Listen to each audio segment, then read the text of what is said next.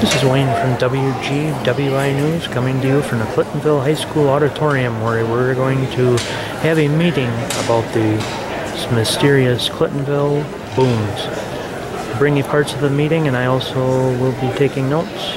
We'll keep you updated. This is Wayne with WGWI News reporting.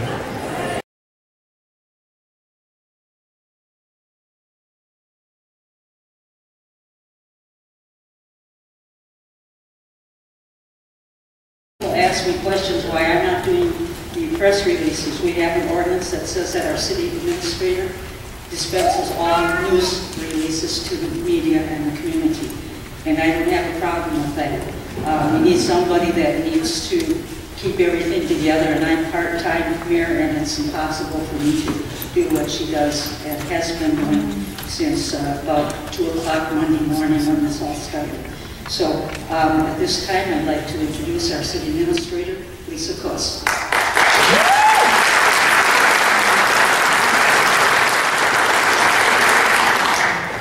Good evening, everyone, and thank you for coming. As the mayor said, I'm Lisa Kuss, the city administrator for the city of Clintonville. I first want to thank everyone here for joining us for this informational meeting regarding the events of the last 3 days and nights in Clintonville. First of all, I want to thank all of our residents for their patience and assure you that the city team of both staff and elected official are working to do all that we can to solve the mystery behind the booming, thunderous vibrations being felt throughout our city. We are in this with you together, and as your local government, want to do everything that we can to resolve the issue as quickly as possible. We recognize how stressful and disturbing this has been to all of you living in the area where these events have been occurring. This evening, we have representatives here from the American Red Cross that will be available to each of you who are mental health professionals, retired counselors who are here in case any of you do feel the effects of the stress of not being able to sleep properly and experiencing what can very much be, for those of you that have been there, stressful and disturbing events. We encourage each of you to take advantage of this if you feel it's necessary and are available at the end of the meeting. And the other question would be, has anyone looked at the soil mechanics? Based on the clay-type soils that we have in our city, and has the city gathered any data specifically on those soil horizons? Question 1, the damage to properties. With the exception of one phone call where a lady called us and asked us to come and look at her foundation, there was one small crack, which didn't necessarily indicate for certain that that would be the case. We have received no phone calls. We did go to her house and look at it. Nothing has gotten worse on her property. She has not called us back, and we assured her that she assured us that she would do that. So there was one property. Other than that, out of the about 600 calls throughout these days that we have received, we have not gotten any indication of damage to property or to persons.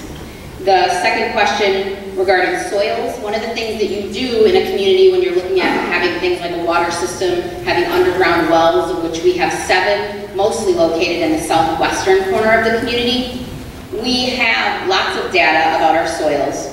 One of the engineers that we had here today is Falk from Green Bay, and we use them for our landfill analysis and our landfill monitoring, the closed landfill out by the airport. So they brought us a lot of data to indicate, mostly again, that our soils are gravel and sand with some clay intermingled, that underneath that at about 100 to 125 feet is mostly granite and not limestone. And so there's no indication from those geologists at Falk that anything would be conducive in our soils to this kind of thing being prevalent. And so again, it may be more related to the seasons and the switch of things, but we certainly are looking at that and appreciate your questions. Yes, so thank you. Go ahead, sir. Steve Shelton, 801 9th Street here. I concur with Melissa. Thank you, Melissa, for bringing that up. And John brought up the values of his home. Concerned about that as well.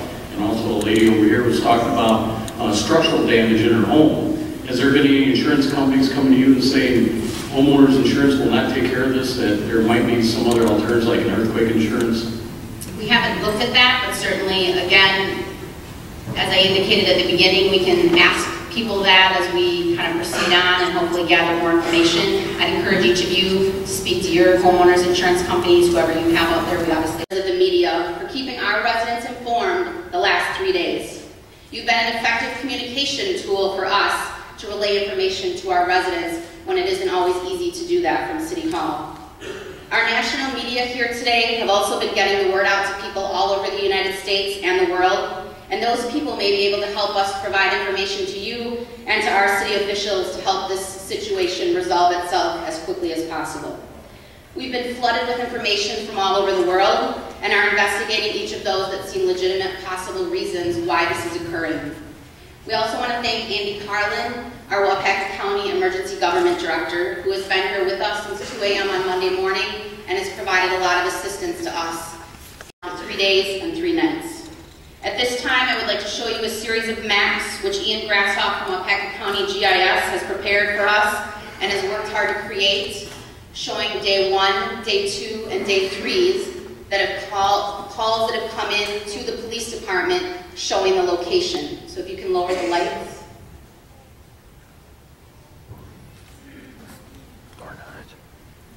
This is WGWI News coming to you from a live Clintonville High School auditorium on a meeting on the mysterious booms in Clintonville.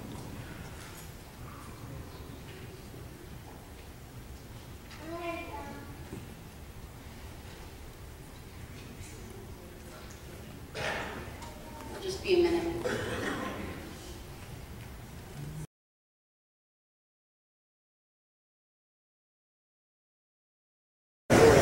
This is Wayne from WGWI News coming to you from the Clintonville High School auditorium where we're going to have a meeting about the mysterious Clintonville booms. Bring you parts of the meeting and I also will be taking notes.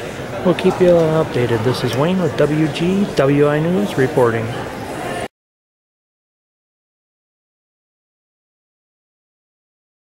Our elementary, like an underground river or Honey Creek or coming down Clinton Street, do we have underground, is that springs or rivers? I know you said not an underground lake, but I've always heard about, one time it collapsed, I think, behind Longfellow. There was water underneath and they had some problems with how to set it back. And so I'm wondering if there's some water sources that are in a river, or they're more like a river or stream or creek.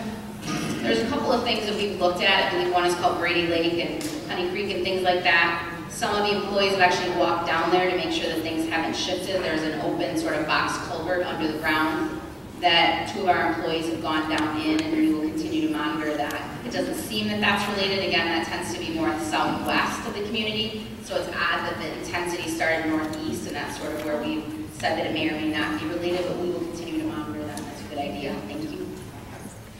Is that John? Yeah, name's Schaefer, John. I've lived at the same place on 7th Street for over 50 years. I've been a taxpayer there, and boy, I'm glad to see this, because this is really going to help the property tax rates. What's happening to these properties. I got knocked out of my chair on my counter this morning about between 5 and 5:15, 3 times. Boom, boom, boom.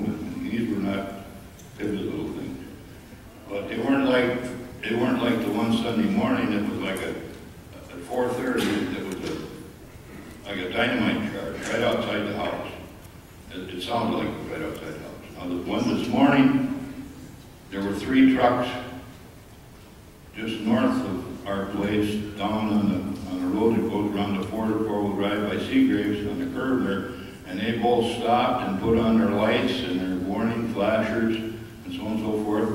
And it's hard a lot of times to tell exactly where these things are coming. Now, a question relating to some of the stuff that you said. You said that if this thing, all hell breaks loose, that you're going to notify the public. How are you going to do it? Send them a letter? Are you going to ring a siren or what? Advise you that we think that we should. Well, that's good to know. I'll be waiting. We need a little bit. Seriously. John is our comedian in the community, and we appreciate that. Seriously, we appreciate, and I'm sure that most of the people who, if not all the work that the city has done on this. You've obviously done a lot of homework, and it's like it is, it's a mystery. But I saw today, I believe it was this evening on the 501 and 5 o'clock news channels, you had installed, or somebody had installed some monitoring devices, and they put them in the city garage or something down near the armory or whatever, and as I recall, he stated it, and you stated, I believe, that nothing, these instruments showed nothing. Well, this morning at 5 o'clock, 5:15, I was knocked on, just the whole house shook and bang, bang, bang. And a couple other people here mentioned the same thing here. So if you paid for those things, throw them away and put them someplace else, because I can't imagine that any kind of instrument that was located that close to this area where all these calls are coming from. Now, that's only a few hundred yards west of, well, maybe 100 yards from west of four-wheel drive headquarters, where these were located. And if those instruments didn't record these, and that is passed on, most importantly, to the rest of everyone involved here. It is what we do, and hopefully what you expect of us. So thank you. Go ahead, sir. Steve Shelton, 801 9th Street here. I concur with Melissa. Thank you, Melissa, for bringing that up. And John brought up values of his home, concerned about that as well. And also a lady over here was talking about structural damage in her home. Has there been any insurance companies coming to you and saying homeowners insurance will not take care of this, that there might be some other alternatives like an earthquake insurance?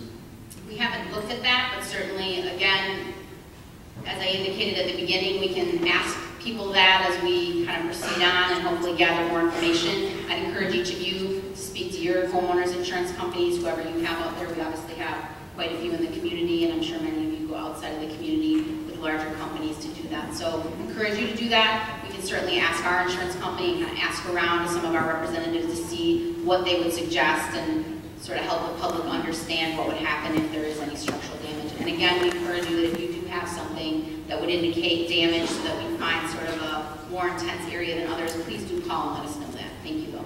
Sir?